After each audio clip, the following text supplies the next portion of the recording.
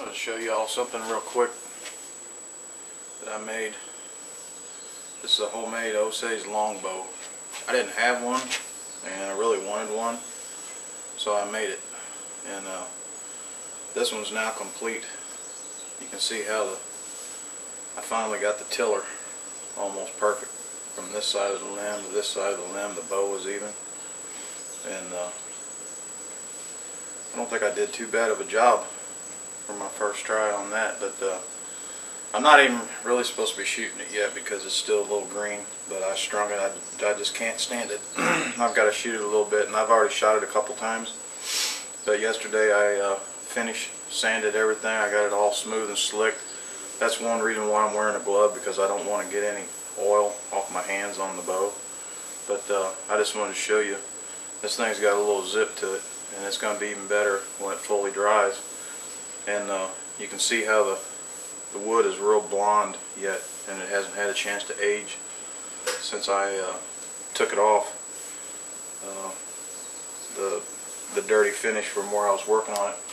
And I can show you here what this wood does after it ages.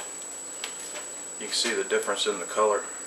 This has been outside, and you see how dark that is compared to this color right here. That's what it's going to look like when it ages. So I've just got to give it some time to darken up, and I think they actually call it rusting, but it's not rust. The wood just gets darker with age, but it's going to be really, really pretty, and I'm just waiting for it to reach that color right there, and then I'm going to seal it, and that'll stop the aging process. But I'm going to zip a couple of arrows in here real quick. It's really quiet, and it's pretty quick.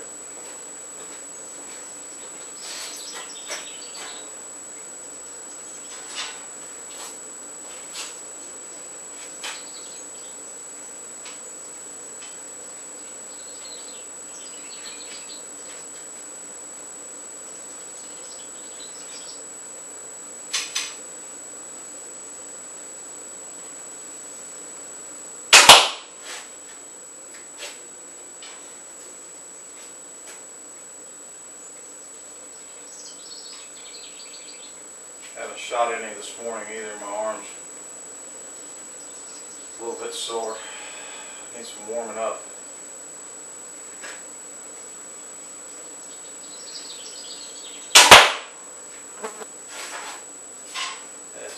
It's shooting to the left, and that's because these arrows aren't properly spined for this.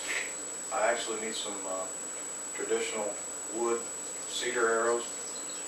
And I'm either going to buy some or make my own, but these are the arrows I shoot out of my recurve, and they'll work for now. But I can tell it's shooting to the left, and it's not the bow, it's the shaft. But I can tell you right now, even though it's shooting to the left, it's nailing a pretty good group down there.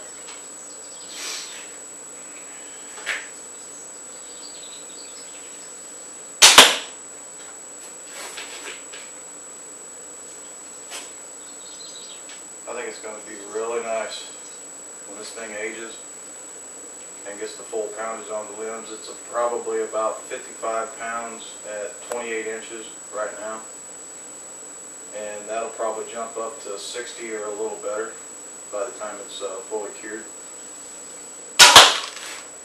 But it's got some zip to it.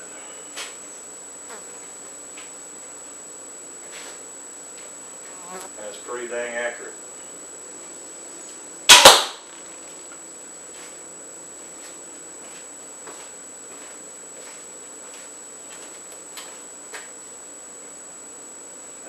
I can't believe how quiet it is with no string silencers, and that string that I've got on it, I didn't actually have one the right length to fit it, and so I had to piece two strings together, actually tie two strings together to come up with the correct length. And I've got two new Flemish style strings on order for that. A guy's making them up, and he's in Colorado.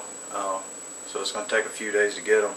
So actually I don't even have a really good string for that. That's just a homemade one. But let me show you the group here. I'll turn the camera around so you can see.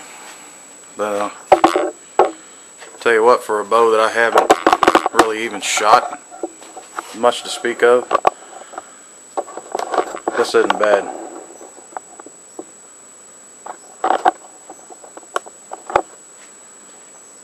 I got one flyer up here, but I can about put my hands around that group right there. That's 5 arrows in a spot this big, probably a 5-inch circle.